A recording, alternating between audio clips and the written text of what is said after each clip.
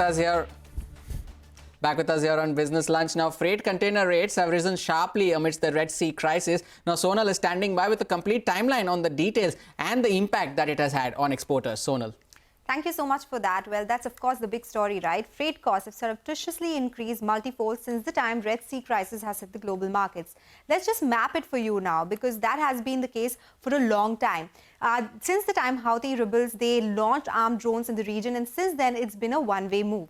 Freight rates, they were at $1,384 per container end of November, which moved to levels of $1,461 in December first week, and by the end of December it moved to $1,661. A big spike in January because we saw big moves. $2,670 moved to $3,072. Then we reached peak of $3,777. And in Feb, it stabilized at levels of $3,700. That continued in March as well. In fact, we saw some decline in freight rates where it was around $2,900. This continued for a bit, but entire April was around $2,700. In May, it saw a spike again to levels of $3,159. And since then, it has kept going higher. By end of June, freight rates reached $5,318. In July first week, it moved to levels of $5,900 a container, and it stabilized in August. In last 1 week, we have seen it come off to levels of around $5,550. But just in Q1, how have these rates moved?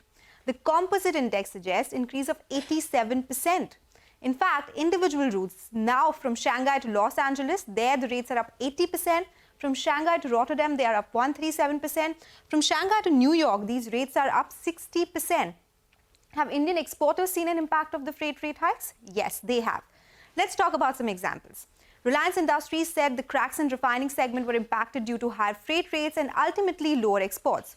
Divi's Labs, on being asked about the impact of freight rates, said that they are not immune to issues of container availability and freight cost issues. They did face challenges, and exports continue to be under pressure. Welspun Living, a big exporter, indicated that there is stock buildup due to Red Sea issues, and they continue to monitor the same. Aarti Industries indicated that volume growth in some segments in exports could be impacted due to Red Sea crisis. UPL said contribution margins declined due to price decline, liquidation of inventory, and increase in freight costs due to Red Sea issues. Galaxy Surfactants called this a tricky situation, since freight costs have doubled in most of the sectors, and getting containers to load products for exports is an issue. APL Apollo indicated that EBITDA per ton was impacted due to high employee costs, power costs, and also freight costs. While Container Corp indicated that EXIM volumes in Q1 were hit by high ocean freight rates and shortage of containers. Balkrishna Industries indicated that freight costs expected to increase to 9% of revenues in Q2, largely because of Red Sea crisis. It was at 6.4% in Q1. Blue Star indicated that they have taken a price hike due to higher freight costs and that exports could be muted in FY25. Growth would be just between 6 to 7%. Supreme Petrochem indicated delay in export orders due to freight costs going higher. On the back of the surge in freight costs, shipping major Maersk increased full-year guidance in calendar year 2024. EBITDA guidance increased to $7 to $9 billion from $4 to $6 billion. EBIT guidance increased to $1 to $3 billion from negative to $0 billion. In fact, free cash flow guidance has also been raised to $1 billion versus negative cash flows that they expected earlier. Now, what are the current regional rates?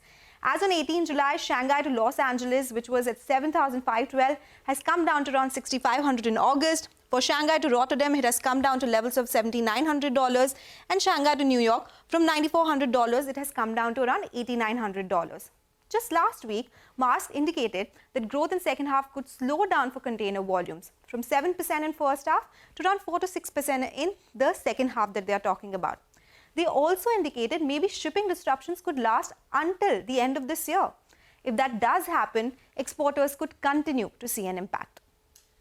All right, thanks, Sonal, for that very informative as well as important bit of geopolitics really impacting the supply chain and therefore the companies as well as the overall exports.